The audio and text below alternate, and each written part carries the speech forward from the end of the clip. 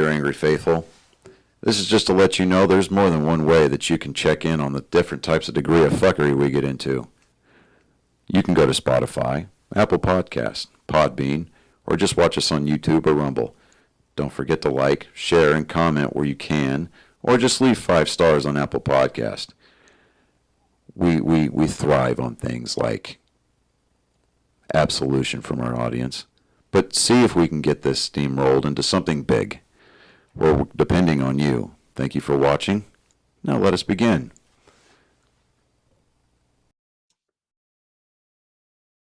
Welcome, Angry Faithful. Sorry. Today we're going to talk about, on Psychos and Sociopaths, Dylan and Lee Rogers. The only reason why we're actually talking about this one is because we're going to head on this one. The Oregon Supreme Court overturns death sentence for Milan Forest killer. Now, we'll go over his crimes first and who he is. And this is going to probably be a short one, only because there's not much that I could find out except for a couple of things. But let's begin. Dylan Leroy Rogers was born September 30th, 1953. He's a serial killer currently on Oregon's death row, which we found out that he's not on death row anymore. He has been tied to murders of 7 women. He prefers street women, basically, usually addicts, street sex workers, and runaways. Bodies of 6 women were found at a dump site location on a privately owned forest lands outside Montoya. Bloody hell. Stephen Hawking voice saved me. Come on, people. Malala. It's a weird name. And thus he was named the Mala Forest murder. Now, Rogers was convicted in 1988 for the murders of his last victim, Jennifer Lisa Smith, whom he killed on August 7, 1987. And in 1989, for the further 6 murders in which he was sentenced to death.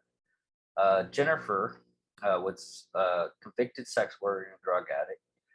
She was in Rogers' truck parked in a lot located off of East McLowing Boulevard in Oak Grove.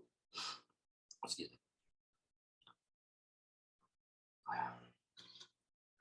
PPH right here. Go juice. Anyways, in a unincorporated Plasma County, when he stabbed her 11 times in the breast, abdomen, and back. She fell out of the truck and was attended to by witnesses from the nearby Denny's restaurant, later dying at the hospital. One witness stood by the window relaying the actions of another patron who could not see in the parking lot. That patron was called, that patron called the Clankamus, like Christmas, but Clankamus. It's weird saying. County Sheriff's Office. When the victim fell to the ground, several witnesses ran to their car in an attempt to block Rogers' car in the parking lot. However, he drove over the landscaping and headed south to southeast McClellan. One witness followed Rogers through Milwaukee, Yellowstone, Oregon City, and Canby at speeds of 100 miles per hour. So that patron really wanted to get that guy. Anyways, when the suspect's car pulled into the driveway, the fellow driver took the address, went to a phone, and reported the information. Rogers, God, big words.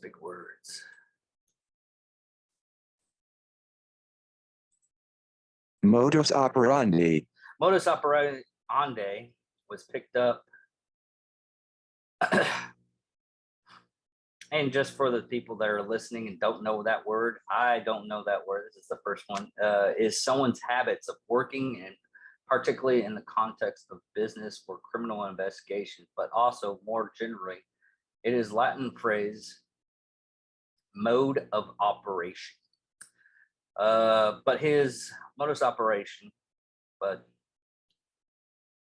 mode of operating was pick up prostitutes and take them to a secluded area. He took at least 6 of them into the forest where he tied them up and killed them.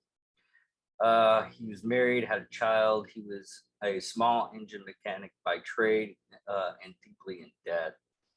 He was connected to the bodies through a habit of pouring a mini vodka of mini bottle of sorry mini vodka bottle of vodka into an orange juice bottle, making himself a screwdriver. Wow. He left the evidence at the crime scene. That's pretty. Roberts was convicted in May 1989 for the murders of 23-year-old Lisa Marie Mock, 26-year-old Mandarin. How do you get this word right? Maureen Ann Hudges, 35, Christina Lotus Adams, 20-year-old Kathy DeVore, 26-year-old Nuance Nooney Corvez, and 16-year-old Rihanna Gores.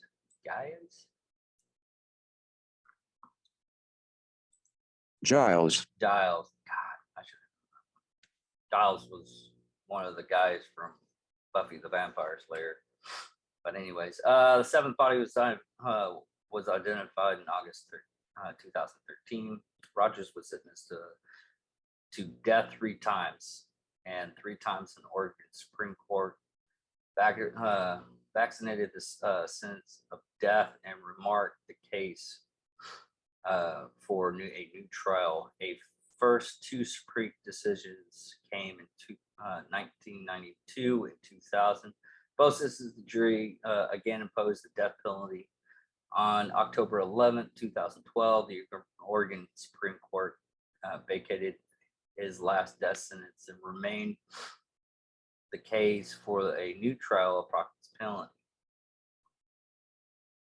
On November 16, 2015, the jury sentenced Rogers to death for the 4th time, according to his defense attorney, while have waived all further appeals and accumulated to his crime in exchange for a true life sentence instead of a death penalty. On November 12th, 2021, his death sentence was overturned the 4th time. This was due to the part of the new line signed by Governor Kate Brown, which limited the amount of aggravating factors required for seeking the death penalty. Well, my opinion on this one, he should have gotten the death penalty. He pretty much, my opinion, this is just my opinion, doesn't take anything from real lives other people's opinion. But a person that does such a serious crime here in Texas, it's totally different. If you do a murder in front of so many victims, they're actually, from what Ron White says, they put them in an express line, which they should actually die faster, not waste taxpayers' money on, because usually it's like 15 years to where they're actually killed. So they live for about 15 years. And some people, I know one of the cases that we actually went over, one of the victims, I think it was sister, didn't get to see the person put to death because it was, I think it was the gang, dating gang to it, because he was on the dating game. But he actually, he's still alive. This guy is still alive too. But this is the actual accounts through the OPB, which is, I don't know what it is. In a unanimous decision Friday, the Oregon Supreme Court overturned the death sentence of Dayton Leroy Rogers, who was convicted in late 1980 of killing 8 women. In the ruling, the justice ordered Rogers be resentenced by a lower court, presumably to life in prison. The Oregon Supreme Court ordered follows an October 7th ruling, also by the court, that found that 2 years ago, state lawmakers have fundamentally altered providing socialite standards. Really? Is that what it says? Prevailing societal standards. Prevailing societal standards. Oh my God. For execution after they charged the kind of crimes that constituted aggravated murder, which these were aggravated murders. The only charge in Oregon that carries a death sentence. These were aggravated murders. He should have freaking died. 1987, police discovered 7 women in the Ontalia forest, which the medical examiner determined had been stabbed or cut. At the time, Rogers was in custody, suspected of the stabbing and murder of other women. Police found similarities between the case. The women in the forest included that all were sex workers between 1988. Rogers was convicted 14 counts of aggravated murder and sentenced to death. They tried him for aggravated murder. He got aggravated murder. He should be put to death. I'm sorry. In 2019, the Oregon legislature passed a bill 1013, which limited what crimes qualified as aggravated murder. The crime currently only applies to murders of children younger than 14 years old, murders of law enforcement armed terrorist attacks that kill at least 2 people, and prisons carried out by someone who previously been convicted of murder. That's a far narrower scope than what former constituted a capital offense when Rogers was convicted. Oh my God, you gotta. I mean, those people should be dead too. But honestly, this guy should have been.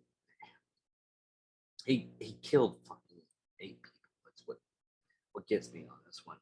While the law changed, including a provision that didn't make it retroactive, the Supreme Court's ruling last month did just that, relying on a section of state constitution that prohibits depropriating punishment. This is the 3rd time in 2 months Oregon's court has scrapped the death sentence for an adult in custody.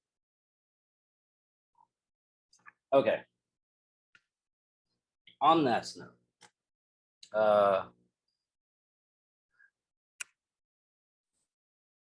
I feel sorry for the victims that they're not going to get their justice, and that put him to the death. This is what gets me, and a lot of people will probably argue, comment if you hate my ideas. It doesn't matter, because this is just my opinion. This is the reason why I talk about this stuff. Is a lot of these cases, the person that ends up doing horrible crimes in places like Oregon, which we understand this is not a political standing or anything like that, it's a liberal state. So is California and other places. Now, there are some liberal states that still do the death penalty and still adhere to that death penalty. But they get this ideology that certain crimes are this high and certain crimes, I mean, if you're a murderer, you kill like, honestly, if you kill like 1 person, you should be put to death, unless it's like self-defense, and you prove it was self-defense. But if it's something like you're basically saying that you're going to kill these people because it makes you feel better, you get off on it, you should be put down like a dog. And I say like a dog, dogs bite once and they're put down.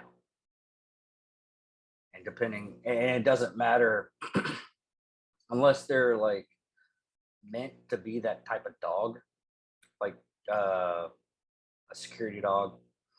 But even security dogs, if the dog ends up biting someone without commands and everything like that, the dog's put down. Uh, but in my opinion, it's the same thing. I mean, yes, we're literally walking, breathing, intelligent people, which intelligent animals. Let's put it that way. We're intelligent animals that go out and pretty much know right from wrong. And that note, though, if you do something out of enjoyment, I mean, look at the Jungle Book, the three laws of the jungle. The only reason why you're supposed to, well, actually, I think it's two laws. I'm actually curious now. Laws of uh,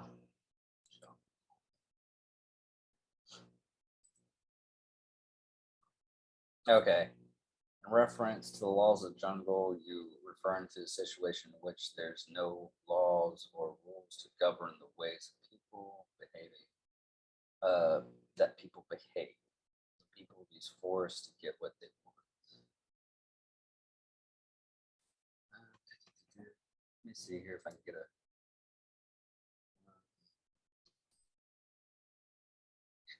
Sorry, folks.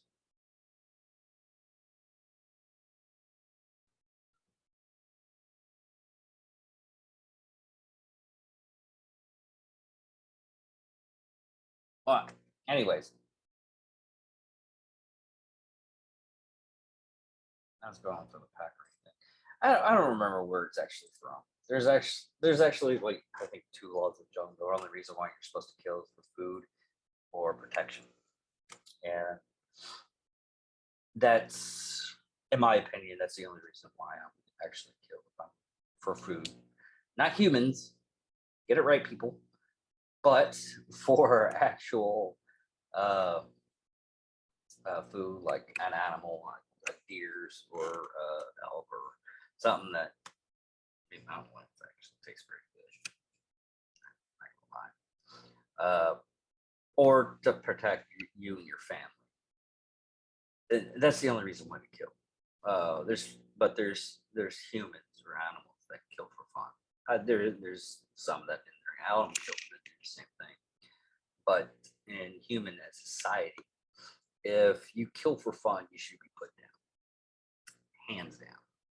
This the whole reason I wanted to do this guy wasn't because of he is a serial killer. He did kill, uh, but it's overturning something like the death penalty uh, for the basic fact because we feel bad that we have to kill somebody. We shouldn't feel bad at taking out the garbage. That's what you're doing. You're literally taking. People might hate me for the opinion that I give on this one, and this is more of a. I'm not gonna lie. It's kind of a keyboard warrior type deal, but I have a lot of people that agree with me on both sides of the spectrum. Should we try to re-educate people? Yes, we should try, like Nazi re-education. But should we re-educate people to re-engage into society for people that like rob? Yes. For people that what's another one that's robbery, conning, you know, more or less theft, but the circumstances of even drug dealers. It's we can reintegrate those types of people, drug dealers, thieves. I know a lot of them that they're ex drug dealers, ex thieves, ex they did horrible things, and they can reintegrate back into society to where they're better people. I know lots of them that do a lot of charity work. Now I also know, just as my time as a correctional officer, I know some people that murdered, but they actually, and if you actually talk to these people, they know what they did. They know what the sentence they have. They know they're not getting out, and they still do charitable work to, I guess, back up. But they just killed one person. They felt really bad. This guy killed 7. Knew what he's doing. There's a lot of murderers and serial killers that wish they actually got caught. That their urges, but they should still be put down because of the basic fact of they're a ravage dog. And I hate to put it that way because I like dogs, but they're ravage. They're the epitome of a monster and evil. And anybody that knows me, I will go after evil no matter what, and I will protect my family from the evils of this world until they can defend themselves of that evil of this world. Which I really hope I never get that chance. Nobody really wants that chance. There's keyboard warriors all the fucking time that oh, if this situation, I would be there, blah blah blah blah blah. I would do this, I would do that. Me, I've been in those situations, not as a law enforcement, not as military. I have been in the military, but I've been in those situations to where, yes, I have been in those situations to where I had to make a split decision to where I had to protect people and eliminate a threat. Luckily, at the time frame in one of these situations, I didn't have all the stuff. I've talked to a guy that he runs a